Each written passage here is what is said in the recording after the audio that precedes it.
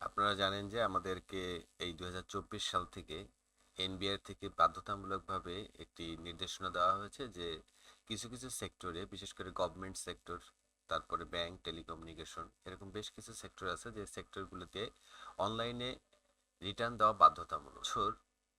NBR থেকে যে রিটার্নের জন্য যে পেজটি দেওয়া হয়েছে, যে ওয়েবসাইটটি আছে, সেখানে আপনি রেজিস্ট্রেশন করে অনলাইনে রিটার্ন দিতে পারবেন এবং এখানে মোটামুটি সবগুলো ফিল্ডে অ্যাড করা হয়েছে। হয়তো বা কিছু ফাইল অ্যাটাচ করার অপশন এখনও তারা দেয়নি, তো আশা করা যাচ্ছে যে খুব দ্রুত এটা হয়তো নেক্সট 1 or 2 ইয়ারের মধ্যে এটাকে তারা ফুলফিল করে দিবে। এবং আশা করছি যে এই অনলাইনে রিটার্ন দেওয়ার ক্ষেত্রে যেমন আমরা ভ্যাট রিটার্ন দিয়ে থাকি, প্লাস আদার্স অন্যান্য অনলাইনে যেভাবে কাজ করি, তো ই রিটার্ন দেওয়ার ক্ষেত্রেও আর কোনো সমস্যা থাকবে না। এখন আজকের যে টপিকস ছিল সেটা হচ্ছে যে কিভাবে আমরা একটা গাড়ির এআইটি অ্যাডজাস্ট করব। আমরা অনলাইনে অনেক কিছুই স্যালারি থেকে যে টিডিএসটা কাটা হয় সেটা অ্যাডজাস্ট করতে পারি, সঞ্চয়পত্র থেকে যে টিডিএস অ্যাডজাস্ট করা হয় সেটাও অ্যাডজাস্ট করতে পারি। তো গাড়ির ক্ষেত্রে অনেকে এআইটি দিয়ে থাকে।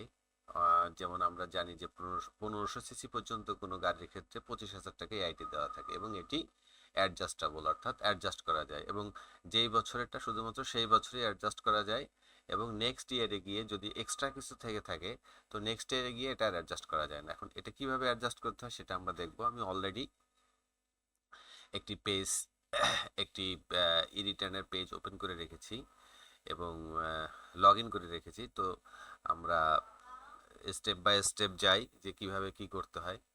রেগুলার ই রিটার্নে ক্লিক করলাম, ইনকাম ফ্রম এমপ্লয়মেন্ট, এগুলো সব আমি আগে থেকেই দিয়ে রেখেছি।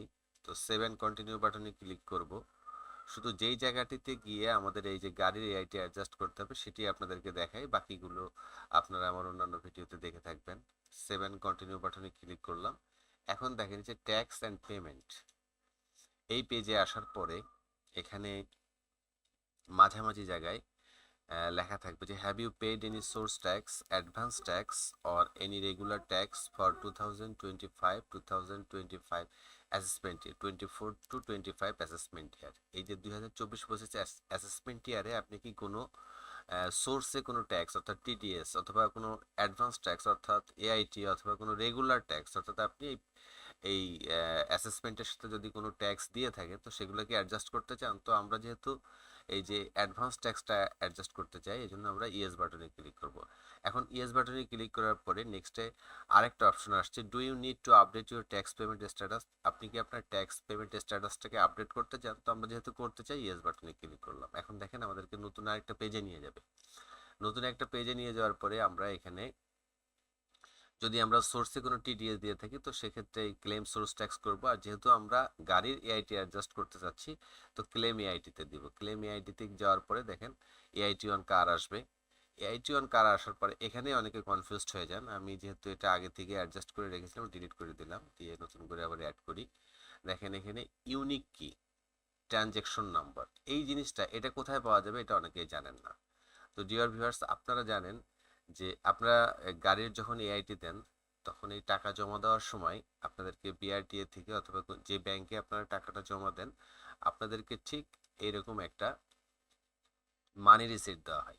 তো এই মানি রিসিটের উপরে এই নিচে দেখেন ট্রানজ্যাকশন নাম্বার নামে একটা নাম্বার আছে, ট্র্যাকিং নাম্বার নামে একটা নাম্বার আছে, টিন নাম্বার আছে। তো এই ট্রানজ্যাকশন নাম্বার যেটা আছে এই ট্রানজ্যাকশন নাম্বারটাই আসলে ওখানে আমাদেরকে ইনপুট হিসাবে দিতে হবে। তো আমরা এই ট্রানজ্যাকশন নাম্বারটা ওখানে ইনপুট হিসেবে, এই যে এই ট্রানজ্যাকশন নাম্বারটাকে আমাদেরকে ওখানে ইনপুট হিসেবে দিতে হবে এটা। ওকে, তো আমরা আমাদের সেই পেজে যাই। আমাদের পেজে গিয়ে এখানে ট্রানজ্যাকশন নাম্বারটাই বসায় দিই। এই ট্রানজ্যাকশন নাম্বারটা হচ্ছে 240206।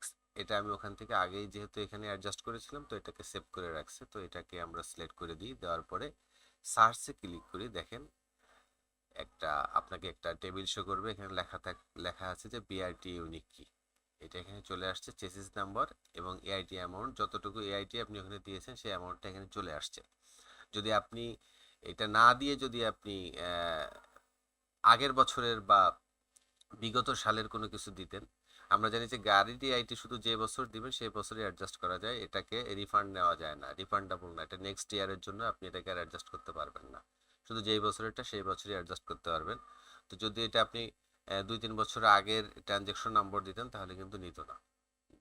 যাই হোক, আমরা এটা দেওয়ার পরে চলে আসছে, আমরা এটা এই বছরেরই মানি রিসিপ্ট। তো সেভ বাটনে ক্লিক করলে দেখেন নিচে এই জিনিসটা চলে আসছে আসলে এইভাবে। দেন আমরা কি করব, এই ট্যাক্স পেমেন্ট স্ট্যাটাসে যাব।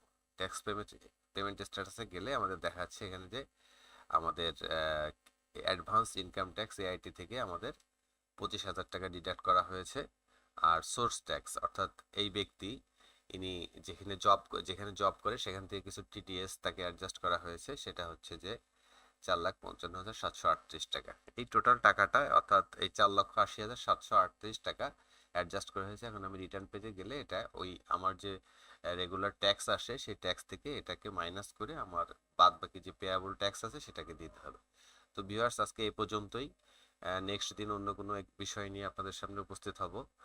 আর যদি অনলাইন রিটার্ন দেওয়ার ক্ষেত্রে কোনো প্রকার আপনাদের প্রশ্ন থাকে তাহলে অবশ্যই কমেন্টস বক্সে লিখে দিবেন, এবং ডিসক্রিপশন বক্সে আমার নাম্বার দেওয়া থাকবে। যদি কারো সাহায্য সহযোগিতা লাগে সেক্ষেত্রে আমাকে নক করবেন।